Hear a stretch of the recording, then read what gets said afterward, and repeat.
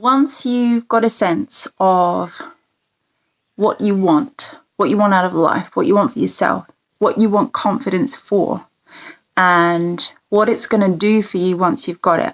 What does it look like and feel like once you have it? How are you going to use it?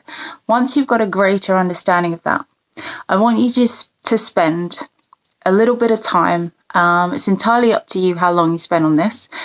Ideally, it would be something like a week, but it could be just 2 to 3 days of just catching yourself. Now, what I mean by that is I want you to pick up on how you behave. So, to catch yourself is if you just imagine sort of tripping over something and then something catches you like a net. So you almost fall, but you don't quite. I want you to catch yourself in the following ways. I want you to get a sense of, and this is without judgment, without any need for change, but just to get a sense of yourself. I want you to catch yourself in the following ways. What kind of words do you use for yourself? Now, I mean, what kind of vocabulary? What kind of syntax? What kind of pace? Is it harsh? Is it friendly? Is it gentle? Is it doubtful? Are there questions about self-esteem? Or are you quite certain? Do you have really good clarity when you talk to yourself? Is it different from the kinds of words that you use with other people? If it is different, what is that difference? How would you describe the difference? Is it more forgiving? Is it more understanding? Is it more harsh? Is it based more on you or more on them? What is the difference between the kind of words that you use for yourself and the kind of words that you use for others? Another way to catch yourself is in terms of your behaviours. So I'll give you some examples from my own personal life experience, but these are just for me. So they might not in any way apply to you and yours might be completely different.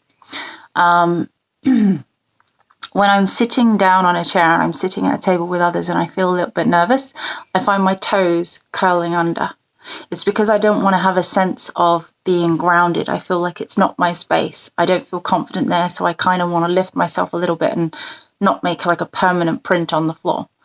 When I interact with other people and I respond to questions they ask me, especially if it's some kind of request, rather than just answer with the answer that I want to give to them, I tend to first explain myself and justify myself and apologize for generally showing up. So if somebody asks me for something and I have it and I want to give it to them, not only will I just say, yes, here, have it, I will say yes, but just by the way, notice that it's this, or I can do better, it could be that. So catch yourself with your behaviors, with your interaction with other people, with your interaction with yourself. If something happens like yesterday, I dropped my phone on the floor for the 100th time. I got so angry with myself so quickly, and it was a completely natural thing to do. It's just that it slipped out of my hand, and it's actually something I do quite often because I'm generally clumsy and rushing about a lot. So that's not something I need to make a judgment of, but just something I need to catch myself doing. I get very agitated very fast when I make little mistakes. So it's language, it's habits, it's behaviours. How are you self-sabotaging, maybe? If you are self-sabotaging, what does it look like? What does it feel like? How do you do it? How do you feel afterwards? Look at also your breathing, your posture. How might that be affecting how you feel about yourself? Do you hold yourself up straight? Are your shoulders back? Is your chin high? Or do you tend to sort of arch your back and slump a bit? Why might you be doing that? Ask yourself about your breathing. When things are intense, when you're in a space of conflict, do you breathe faster, slower, heavier, more shallow? So catch yourself in these kinds of ways. Look at your body language, your facial expressions even. Do you catch yourself pulling certain faces when you think it through? My facial expressions can be very judgmental because I'm very strong on my own opinions and how I feel about things, and I tend to scrunch my face up when I'm disappointed in something. Do you have those facial expressions? What are they? How do they come out? Are you holding back facial expressions? Are you generally deadpan most of the time? So just catch yourself doing these things. It's facial expression, body language, the way you talk, the way you walk, the way you carry yourself, the way you sit and stand and breathe, your kind of posture at different times through the day.